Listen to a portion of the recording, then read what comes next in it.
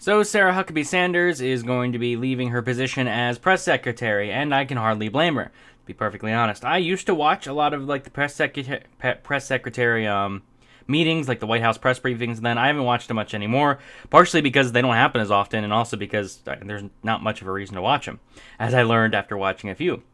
And I think overall she did quite a good job, considering Sean Spicer, who always looked like a deer in the headlights. He looked like he was always in trouble and always just not fearful, but just worried. Whereas you can tell the whole time she looks like she's just not having any of it. She looks like, okay, say what you want so I can move on with my life. Was kind of her approach, which I like. I think that's the good approach for a White House press secretary, considering how awful the press could be certain times. But yeah, I can't blame her, and it'll be interesting to see what happens next. I wish there were more White House press briefings, just because it just seems more formal, more official to say, like, hey, we have all these press briefings, look how transparent we are. I think it's good to have a bunch of those, and really there haven't been near as much.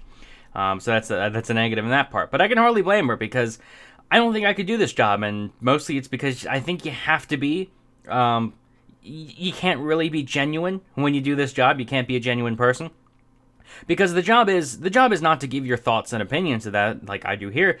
The job is damage control. That's pretty much what it is. What the White House press secretary's job is to be damage control. Because let's say the president or the administration does something stupid or hypocritical, which happens to every administration, and that's happened in this administration before.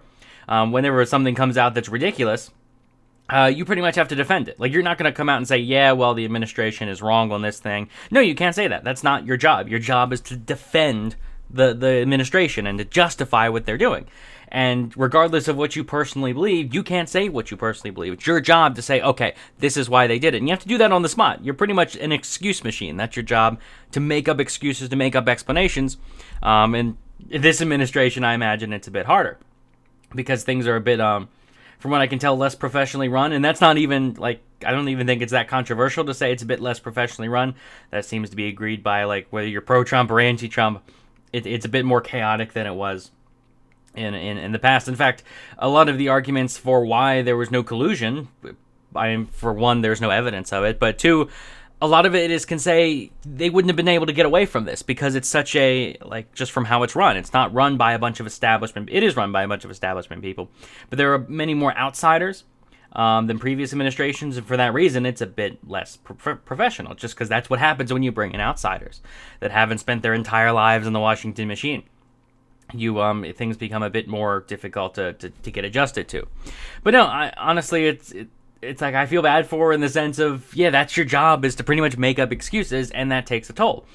And as we've seen, it's taken a toll on her life pretty much, and I feel pretty bad for her in that sense.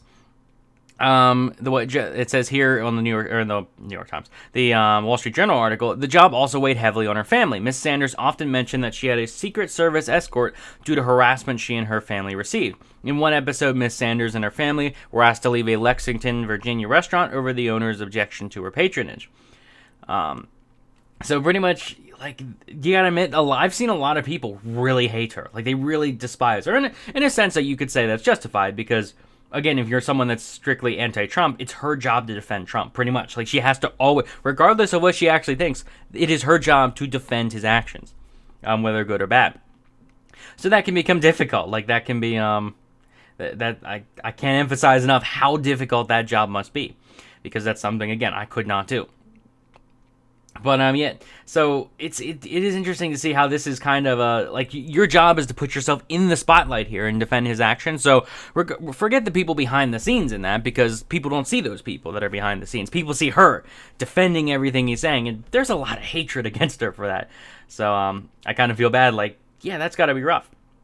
But it'll be interesting to see who they have next, if they have anyone at all. Like, who knows? Maybe they'll just leave the position open. Maybe they won't do White House press briefings anymore. You could say maybe they're completely pointless, because, again, you're not getting actual opinion, you're just getting defenses. Your whole thing is to just get defenses from the administration.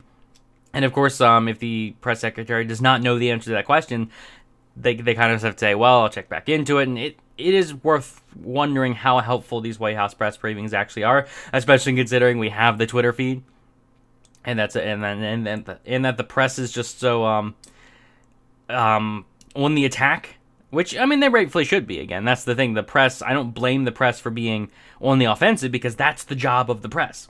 It's just in this sense, you have to be on the offensive, but you don't have to lie. You don't have to twist. You don't have to be intellectually dishonest when you report certain things.